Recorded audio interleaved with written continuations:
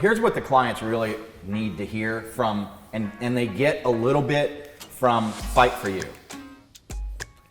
We care, and we'll probably have to bleep this out, but we give a care. I'll say it like that. Mm-hmm. There's another C word or an S word that you could put in there. We care. We absolutely care, and we hear you. They have to be heard. Right. 1, 2, 3, go. Jennifer Hardy, har. Believe it or not. Welcome to the Lawyer Dana Show. The Lawyer Dana podcast. Wow, we have a lot to talk about. And we're going to do it right after this. Welcome to the Lawyer Dana podcast. Oh, we do? All right then. Welcome to the Lawyer Dana podcast, episode 5. Was that a you know how to missed count? high five? There's a German thing that's like, this is 5, and then each of these are 1. So like this would be 5. Huh. I learned that in this grade. from my this grade teacher, Mr. Vaughn, who was one of my favorite teachers of all time. Oh, that's pretty cool. I did not know that. Yes. And I'm German, so Really? I have no clue. He taught us sign language too. Oh, really? Yeah, it was a really interesting year, and I still have a good friend of mine. Her name's Kelly Harmon, and she and I have kept in touch over the years. She lives in Los Angeles, and I think she married a guy who owns like a car company of some sort. It probably rivals Like Tesla. Tesla. Not Tesla. Like Volkswagen? No. Oh, yeah. Yeah. But it was interesting. We learned all the letters, and I remember most of them. A, I don't know if B, C, D, E, is it F, G, and then I never G, learned sign language. H, I, J, K, L, M, N, O. I don't remember P. Can't spell my own name. So, Says what? the lawyer. Doing them, I know them. The guy that went to Oh, lawyers. you're doing one. Okay. I'm like, what, am I missing like a time cue? Am I not talking to the mic or something? So Q, R, S, T, Z, I remember. You know, another really interesting thing that Why are you telling me that? Oh, I'm sorry. hang loose, man. Don't call me maybe. This is hang loose. Right? So you brought up in your last podcast about one of the reasons you went to law school, and it was so you knew how to hire an attorney if they were a good attorney or if they were doing a good job. And, you know, that like really resonated with me. I was like, you know, how can you tell unless you went to law school and are a lawyer? So what is it that someone should look for? Well, everybody thinks lawyers are scumbags, so. Some are. Yeah.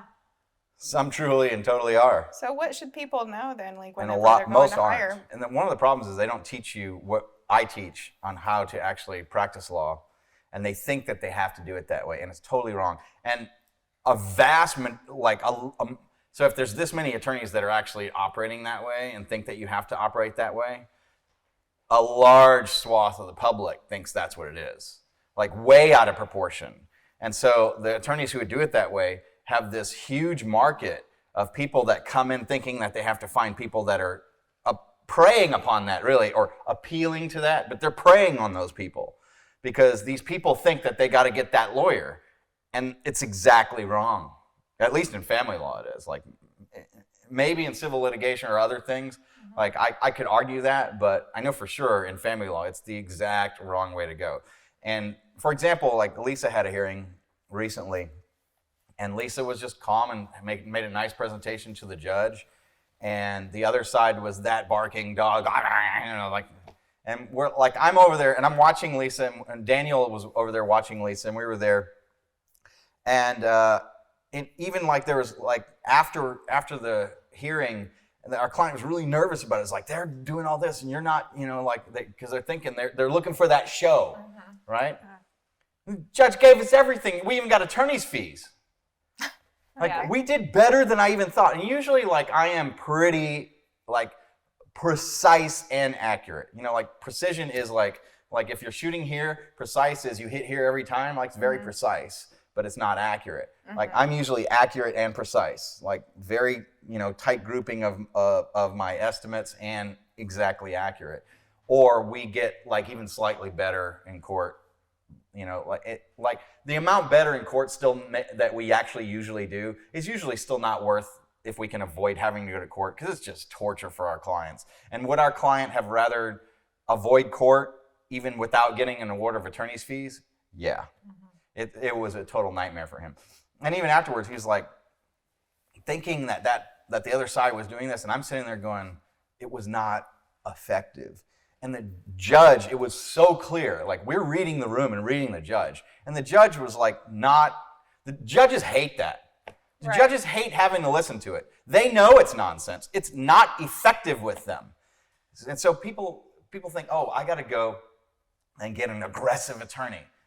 I'm like, oh, I think you misspelled effective again. Yeah. It's spelled E-F-F-E-C-T-I-V-E. You don't want an aggressive attorney.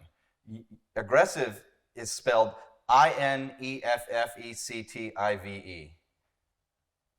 Ineffective. It's just not. It's useless. It's nonsense. And at best, it's only this one angle. Like we have this giant toolbox of things that we can, and tools that we can use. We have the same tools that every other attorney uses. But why we use them and what we're trying to do dictates like the different tools that we use.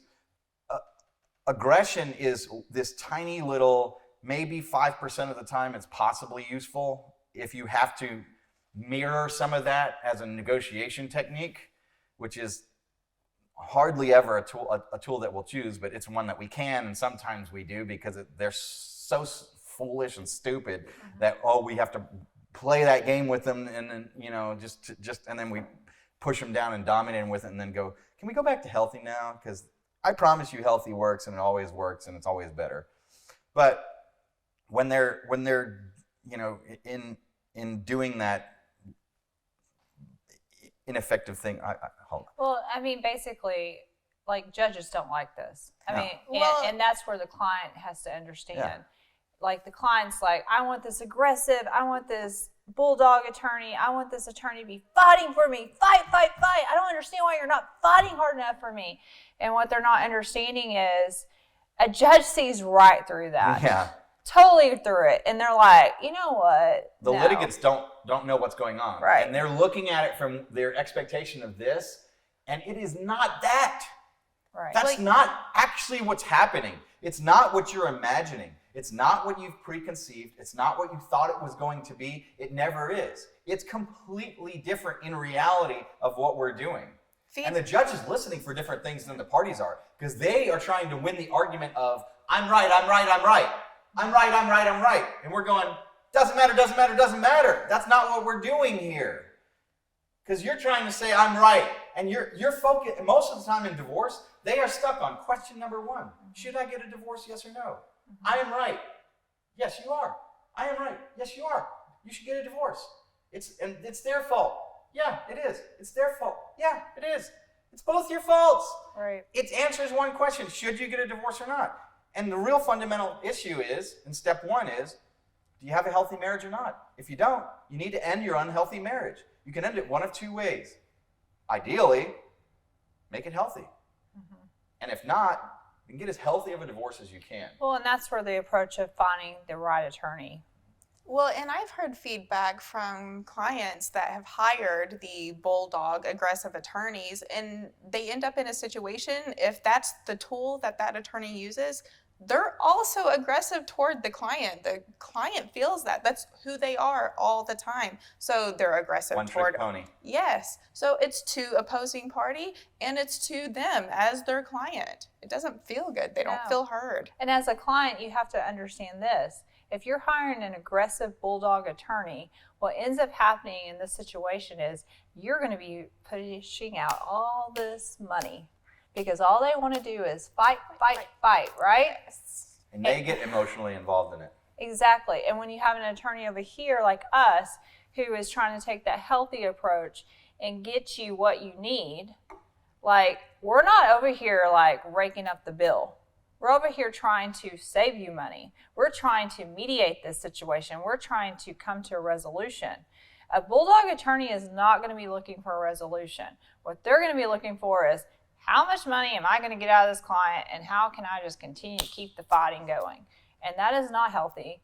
And all that does is create such a bad atmosphere for both people involved. And how are those two individuals, if they have children, supposed to co-parent in the end? Especially if they have children. But even if they don't have children. Right. Still not a good technique. No. And then, At some point, you have to heal. You know, it's kind of funny. Yesterday was ex-spouse day. Yeah, I saw that on your Facebook posting. It was ex-spouse day. you know what today is? Today is new holiday I'm going to make up for some random crazy reason. But no. Today is watch TV day. Today is the white paint on the wall day. Today is tune into the Lawyer Data Show. There you go. That's every day. But you know, here's the thing about the ex-spouse day, and something that we posted was, what are 3 ways to move forward in a healthy way? I mean, that's our philosophy. We want to get people through this process in the healthiest way possible. And how can we do it? You got to heal. You got to forgive. You got to forgive yourself. You got to forgive your ex. You have to end the fighting. Exactly. And it takes the decision comes first, and then reality starts catching up with the decision. Mm-hmm. The decision to end the fighting should be made as close or simultaneously with the decision of, yes, we have to get a divorce. Then the decision's made. You can stop the fighting. Mm-hmm. Then it's a matter of spiritually, psychologically, emotionally, in every way. Mm-hmm. The moment that you made that decision, that's what ended the marriage. Right. And all you are at that point is just yoked together, and we have a paperwork problem. And the ideal technique is declare peace and then negotiate the terms of the peace. Right. You can escalate the fighting, you certainly can, and then you're going to pay for the lawyer's kids to go to college instead of yours. Right. It's the difference between a 5-figure case and a 6-figure case or a 7-figure case. So let me ask you. Client A over here hires scumbag attorney, and they don't realize they're hiring scumbag attorney. They hire this attorney that all they want to do is fight. So what do? What do they do when they're in this situation? How do they get out of this situation? Interesting question, because there's two aspects of it. The first way is avoid that situation to begin with by doing things like, one of the questions that was asked to me recently was like, how does a client really know? Because there's people that are like us that say they're like us. Then there's people who are not like us that may say that they're like us. So if I pick somebody who says they're like us, how do I know that I'm getting the people that really are or aren't? And that's the real issue in question that you have to do to take care, to figure out. And it's the way that that's done is there's a large series of information and things that you need to do, and we can talk about that. That's a full episode worth of this podcast of like what you need to know before you hire an attorney and what you need to know about the attorneys that you're going to hire. Because there's things like, doesn't matter who the attorney is, you need to know this. And then you need to figure out and understand and know these things about your attorneys before you hire them, ideally. Well, and what's funny is you've gone through this process and you had something very similar happen to you. And I think it would be awesome that in one of our next videos that she can actually share her story. You want to tell your story now? Let's save it for another episode. Okay. Yeah. So stay tuned for another episode where we're going to hear Brenda's story of what she went through. So there is, how do you find somebody that says they're like us but that is not? Like, how do you screen those people out? First off, there's people that say that they are not like us and that they're aggressive and they're going to fight and do all this. Screen them out immediately. Like, some of them are good people.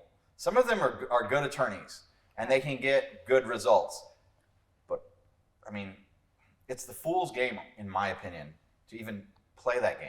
The Supreme Art of War by one of the greatest military generals in the history of mankind is Sun Tzu, wrote the book, The Supreme Art of War. The supreme art of war is to subdue the enemy without a fight. We have isolated and taken these people and they're so easy to deal with, and because they're not even in the same universe or playing the same game that we are. It's a fool's errand to go down that path, because what are we going to eventually and always do? It always comes back to find the healthy solution. It always comes back to that.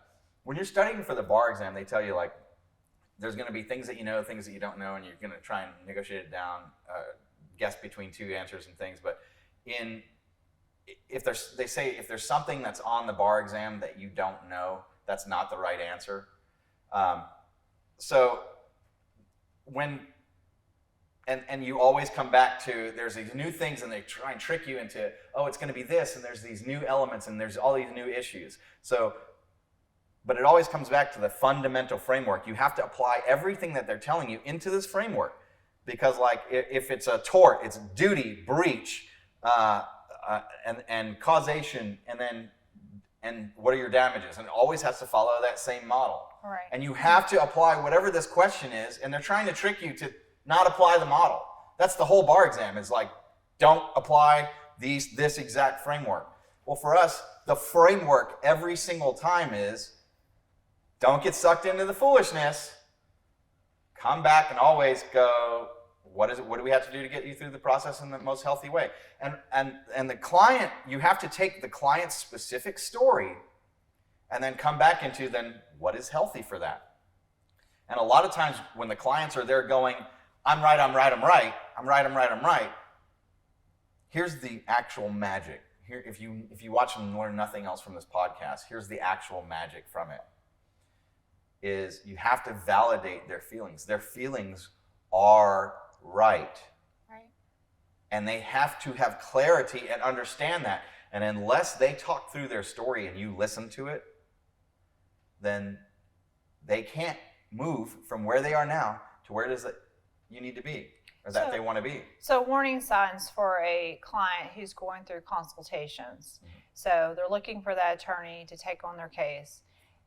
When they're looking at their website, they should be looking at, do they see a lot of fighting, words like fighting in there? Like, we fight for you, that kind of stuff. That's probably something that should keep them away from that attorney. In family law, you want to look for things like find a healthy solution, as opposed to fight for you. Because here's what the clients really need to hear from, and they get a little bit from fight for you. We care, and we'll probably have to bleep this out, but we give a care. I'll say it like that. Mm-hmm. There's another C word or an S word that you could put in there. We care. We absolutely care, and we hear you. They have to be heard. Right. And a lot of attorneys, the biggest complaint about attorneys is they didn't listen. What they really need to hear is that we care and that they're listened to. They have to hear themselves say the story. Mm-hmm. And one of the things that we do is we record the conversations that we're having with our clients.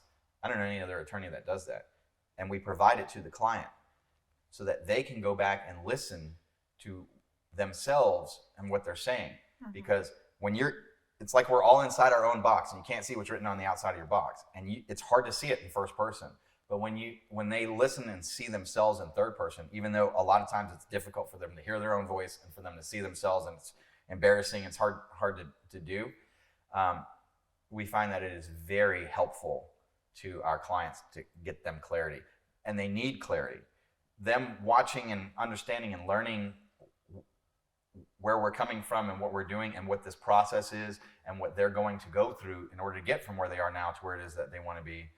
They have to go through this clarification process in their own mind. And that's what gives them the peace. And that's what gives them the perspective. So it's about an attorney having enough emotional quotient to not feed a client's emotional state to help them move past it. Validate the feelings, let it move through them, right. But then you have to let go. Exactly.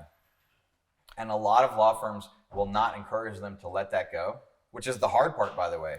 And the clients, if it's not done properly, the clients think that you don't care and that you're not on their side and that you're against them. When in reality, you're there to really guide them from where they are now to where it is that they want to be. And you're there to help them emotionally to let go. So you have to acknowledge and validate the feelings, because how they got there and the fact that they have those feelings is completely natural. Mm-hmm. But the right thing to do is not feed that emotion and to let go of the need to be right, because you can either be right or you can be happy. Right. And we are there to solve their actual problem. Yes. We are there to be an advisor. And one of the difficult things that clients have trouble with sometimes, and it's especially depending on the attorney, if they're not trained on how to do this art masterfully, that they will think that you're not a good advocate for them when you're wearing the advisor hat. Like you're giving them advice and they think, oh, you're not going to fight for me when the time comes to fight. And they don't realize, no, I have a sword and a shield and I'm going to protect you and slay everybody in that courtroom. And it's going to look easy. It's going to look so easy that you're going to think that there's nothing to it. And the easier that it looks from your point of view, the better that we actually are at it. We have to keep peace. We can't get emotionally upset or involved or all like pissed off and take the pissed off journey with you. We have to remain calm. The work on our end is dissipating your emotional energy and your emotional chaos and keeping clarity on our end so that we can bring you into our better world instead of us getting sucked into yours. And those barking dog attorneys in court have lost their emotional complete perspective, and it's very easy to do. It's even me, who is a very high level of mastery of it in going into court, I can get sucked in at times. And I even have to remind myself on certain times to go in and back out, especially if I have a client that is tempting and would emotionally wants that feeling of gotta get it because I am right.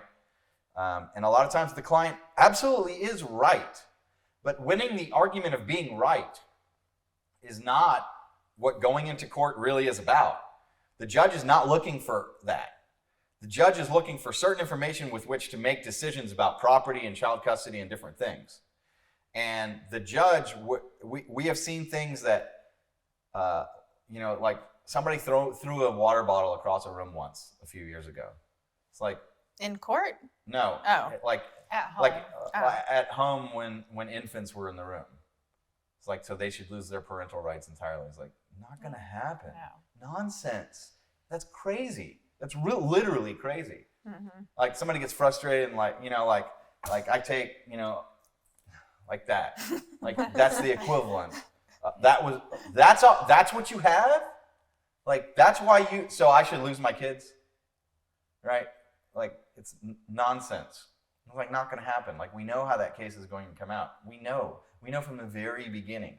Mm-hmm. Or you have people that are willing to, that are so apt at revenge, and we absolutely refuse and turn down these cases because it's pure evil and the worst thing, and it costs a lot of money, but we can protect people from this if this is what the other side is doing. But that they go in and lie. And they go in and say that somebody did something that they did not do. Right. And it's just horrible, especially when it has to do with violence, mm-hmm. Or physical assault, or in my opinion, you should have if you're going to go in and lie and say that somebody did something to you physically or to a child physically that they did not do, and you should be held you should be prosecuted. Absolutely. People are not prosecuted enough for that. Yeah. And that's why it keeps happening. But I mean, and they tend to lose their kids, and we have really, really good results at people that are like that, because again, it's really easy and clear to see through. And especially if you have somebody that says that, and then we have a video that shows not that, right? Like, yeah. Woe is to you if you walk in the courtroom and against us, and we have that. Right. And we're normally going to be saying, we have this horrible stuff, but we sure prefer not to have to use it in court, because we know how this is going to come out at the end. We can either do it the hard way or the soft way. And what I mean by the soft way is the healthy way, because I know how it's going to come out. So why don't we cut to the chase so that my client can get off our clock and I can go right to the next person. Or I can literally, I don't have anything I have to personally do because everything with all of our cases is going great. Awesome. I'm going to jump a plane and go to Disney World, literal Disney World. Well, and I think a question that potential clients that are looking for an attorney is ask their attorney in the consultation, what is your success rate? How many cases have you went to trial on? And our firm has a 99% success rate of handling everything through mediation. In 2021, we only went to final trial on 1% of all of our cases. Yes. And so I would ask that question, because if that attorney you're about to hire is going to trial like every week, that's if probably not the right attorney for you. Really? You're standing up to. Would you like the healthy lifeline, or would you like to stand in the line for like I'm definitely go to trial? And but we're gonna win at trial. You lose by going to trial. You lose by playing the game. Please don't be the fool to play the game. The game is the last resort. It's like, I think the United States should go to nuclear war for everything. Like, trial's nuclear war. Like, do you like literal nuclear war? I don't think you have a really good bomb shelter.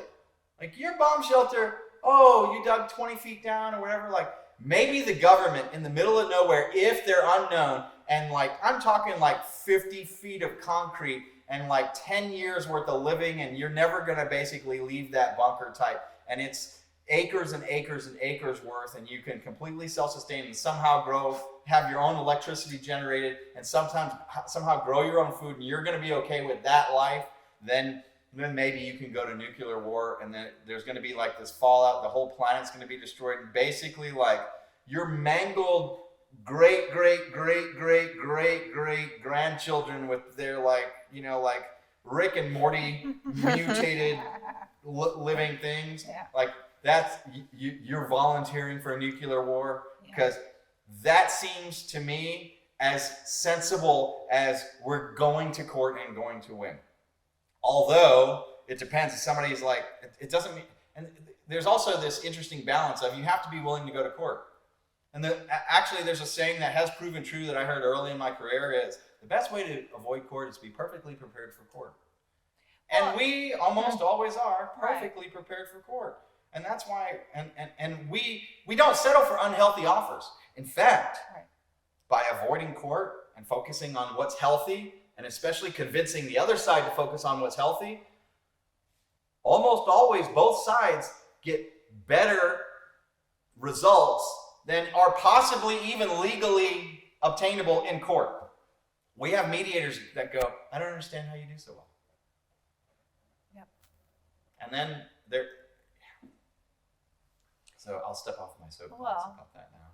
The reason why we do well is because we're taking their clients through a healthy approach. We're not that attorney that's going to run them through the mud and take every dollar they have, and like, that's not our approach. That's not who we are. And it's great being the administrator of the firm.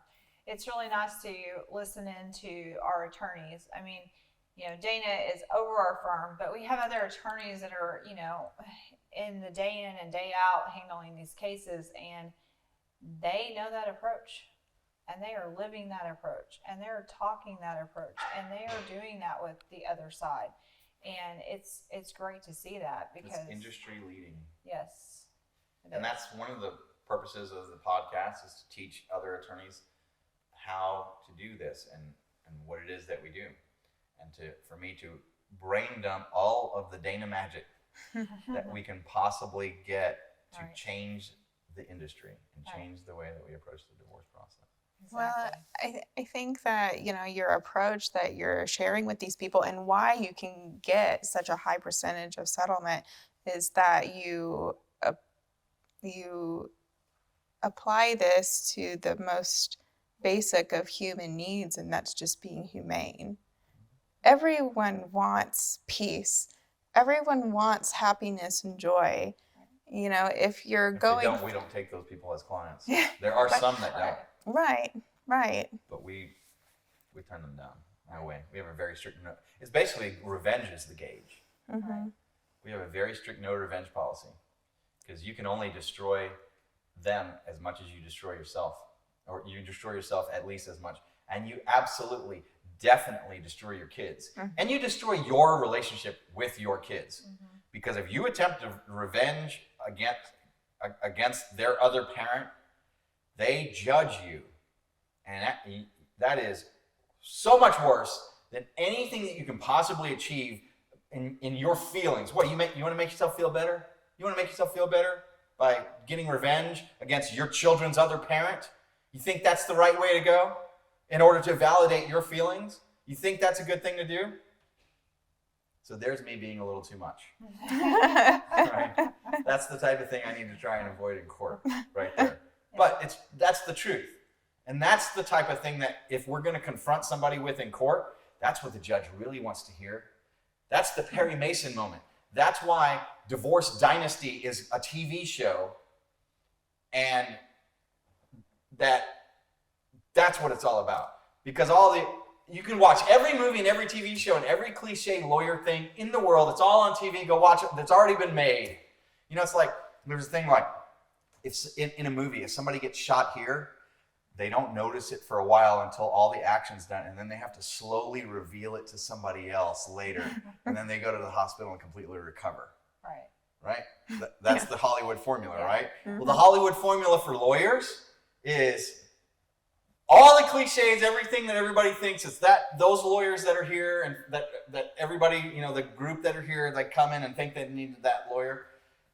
But the interesting thing and the reason why Divorce Dynasty is a massive hit is, at least for the people that have seen it so far, is that we're showing you that's not it. No. It's the confrontation and what you go through of the people that are so dead set and we can't break their mindset of they want revenge because they are right. They are right. Yes, they may be right. And the judge, if we get that far, and the other side really is that piece of crap as a human being and as a terrible parent and as an abuser, like, yes, we deal with those type of people.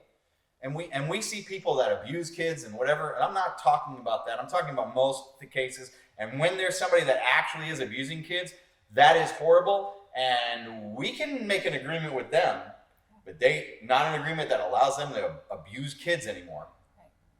And we come to realistic things. It's not like, don't mistake kindness, generosity, appropriateness, right mindset, negotiation. Don't mistake any of that for weakness. It's a level of strength that is so much higher. Like here's the game that everybody thinks you're playing. It isolates that game to right here, and we are massively above it. We are omniscient above that. And we don't leave kids unprotected. We don't do anything that is a bad thing that will happen. And we will go into those battles until we get what satisfies us, that in light of a parent who has abused a child, this is a healthy result for that situation. Yes, we still get healthy results for those type of situations. And we'll even have the other sides go, yes, I'm sorry, I did that. And then, we deal with whatever that particular thing is, and we prevent it from ever happening again, and we work towards a healthy solution. Or we have clients that, we've terminated other parents' parental rights for things. And we've gotten to that in healthy ways that are like, how did you get that to happen? And even without having to go to trial. Or those are some of the ones that we take to trial. Those are the 1%. And it's fine. You hit the nail right on the head. Being mad and angry is such an easy thing, right? Yeah. It's so easy to get angry, but to stay happy, it's work. There's a quote that someone that conquers others is strong. Mm-hmm. Someone that conquers themselves is stronger. Right. Exactly. Right. And we lead our clients to that healthy place. It's not even necessarily, it's one of the ways to conquer what they're going through. And a lot of it is just is let go. And also realize, look, this is like an airplane. And there's basically different versions. Like you get anywhere from like Spirit to American to American first class to then private. Singapore. Right. or, and then there's like, is Qatar? I've never been on Qatar. Oh, Qatar. Emirates. Oh, yeah. Fantastic. Yeah. I know you've flown on. One of these days I will. Oh, yeah. It's the only way to fly. But the clients, it's the lawyers and the paralegals are kind of like the combination of the pilots and the flight attendants, and they have to take your order to know what off the menu that you need. And there's a little bit of interaction, but a lot of it is some people like flying and some people are really uncomfortable flying, but you got to relax and try and relax and make the trip. Mm-hmm. And we have some people that just absolutely panic, and with some people we have to just land because they can't take any more of the flight for a minute and they have to change flights or different things. But most of the time sometimes there's turbulence on the flight, most of the time it's like good and smooth sailing, and we try and get it like a decent first class type of experience. Our firm would probably be pretty equivalent to American first class. Yeah. What do you think? Yeah. I'd shoot it up to Emirates. Well, I've never flown Emirates, so I don't know. All right, so that's going to be the team building exercise that we do. I would think it's an affordable Emirates. Yeah. And that's another thing that it would be interesting, and maybe we can film one of our episodes of, let's do our team planning and like show some behind the scenes of what we do. It would be one of the more entrepreneurial episodes of the podcast, because this podcast is designed for three essential audiences. One is the general public and potential clients in that, and people who need to know, and whether they become clients of our particular firm or not. I mean, my intention is that vast more people are going to be watching this than ever become clients of our particular firm. And I want to give this as a gift to all those people. We're not trying to monetize this. We have plenty of things that we make money from, and I can brain dump all the ideas that are possible. But then our next market is, or potential audience is, the other divorce attorneys and law school professors and psychologists and doctors and everybody who in any way touches the industry that helps people get a divorce in whatever way that it is. I want to teach the better ways, the better mindset, and I want to change the industry. And then the third aspect is people who are interested in watching an entrepreneur do what an entrepreneur does, and how much you can actually give and put out there while still having business that thrives and is successful. Because a lot of people and a lot of lawyers are like afraid to tell people, like, oh, hide the magic, hold on to it for yourself. And you don't need to do that, and it doesn't help. And if you're really good at what you do and you have this magic, there's no amount of teaching that's out there that is going to allow somebody who is like in your rear view mirror, like you're letting them see in your rear view mirror, but you're still the one driving in front. And what's the safest way for them to go? Like, if you're the car out front, and this is back to your comment, is like, you're not competing against anybody else, you're competing against yourself. Mm-hmm. And so, but if there's other people, your rear view mirror is extremely valuable. So if it's raining and pouring, a lot of times the only things you can see, you can't even see in their rear view mirror. You can only see their taillights and maybe the path that they're on. And you know, hey, if they haven't fallen off the road, if I follow closely to them, they haven't fallen off the road yet. And if we're going slow enough or whatever, that as long as I can stop by the time I get to where they are, if they fall off the road, I can stop them and I'll be okay. And you learn from the lessons and the road hazards and things, like they hit the road hazard first. Well, that's what we are. The Palmer Law Group's been in business for 16 years as of the time, almost 17. Yeah. Almost 17? Yeah. It's going to be 16 in Oh, September. Sweet 16. I don't jip myself a year. Okay, so 15 going on 16? Yeah, 15 and a half years. I'm a year younger. So, I think I intentionally tricked myself to it. And then yeah. Now you're like, oh, it's not there. I'm headed where I need to be. Oh, this is good. Okay. Progress. Now I don't even remember what I was saying about why I care how long I've been doing this. Oh, but yeah, in doing this for 16 years and changing the industry, we can give away everything and teach everything as much as I possibly can. And this is another interesting thing as an entrepreneur, and that entrepreneurs should know, and that people, I think, should know. All the world's knowledge, close enough compared to what used to be there, and it probably was there. But you used to have to get books, and then you have to read like a lot of these books and things. Now, you can get videos that can teach you this, so that knowledge is there for you. So it's not a matter of knowing what it is that to do, or even knowing how or having the instruction sheet. It's a matter of what choices am I going to do? Because you have all these options. You have more options now of what to do than ever. And you have the capability of what to do. But then the question is, okay, if I do that, how good can I really be? There's nothing holding you back anymore except you. How good can you do? How well can you do? How good can you be? Right. And what level can you achieve having all of this? Like, for example, music. You know, when the great guitar players of today, when they were growing up, you know, guys that are in their 40s and 50s, when they were growing up, they only had the record player. And they had to listen and like figure it out. Now you can watch on YouTube, and some guy's already got the tab up, and like you can play along, and it's the tools and all the information's there. And in order for you to know the lyrics for some songs, like here's the lyrics, like this band didn't put them out, and then you'd have to listen and listen and listen. And it was just a lot more time, a lot more work, a lot more difficult. And now the capabilities and the knowledge is it's in your hand. Like my friend Bill always, anytime I ask a question about something that's, you know, that you can Google, he goes, if only there was a device that you could hold in your hand that could answer any and every question that you ever think to ask. Right. Like, it's here, it's now.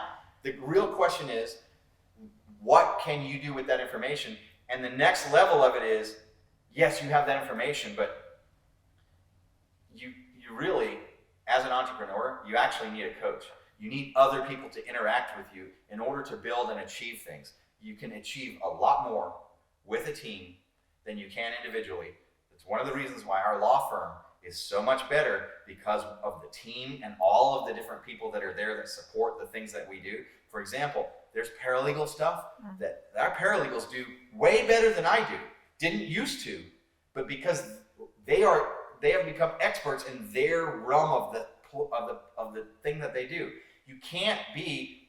In fact, Michael, if you look at Michael Jordan's story, he was this amazing player, and until they had a team and brought Scottie Pippen in and brought another coach, where they did the three something defense, or 3-man something about it, as opposed to the triangle.